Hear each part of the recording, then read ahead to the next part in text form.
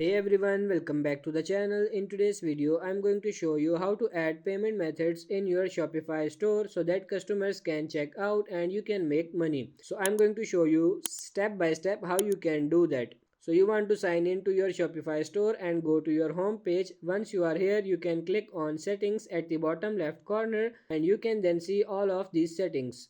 In the settings, you want to find payment providers, which is right there, and click on it, and then right there you can see payment providers. So accept payments for your store using providers like Shopify payments, third party services, or other payments method. So as of right now, my store accept payments with PayPal, Express Checkout, and Shopify payments because I set up PayPal already.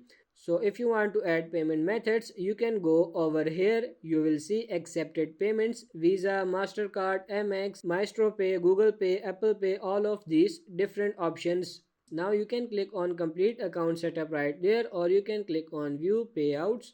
You can check out all of this. If you want to add third party services, or let's say Amazon Pay, you want to click right there on activate Amazon Pay or choose fourth party provider. So let's say you want to use Stripe or whatever, you can click on right there, choose, and then you can then set up all of these, right? So you find these different payments methods. So let's see if I can find one IPE right there, which is quite known.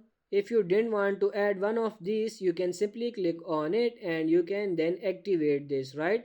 So you can see the accepts in payment right there, different cards, two different credit cards, and then this is pretty much how you can add payment methods. So once again, go to settings, payment providers, then click on third party, or you can activate PayPal, Amazon Pay, or whatever. I'll just show you as well. Activate Amazon Pay, click on it, and this will then bring you over on Amazon where you can sign into your account and set this up. So this is pretty much it. I hope this video was helpful. If it is, like it and subscribe to the channel. Thank you.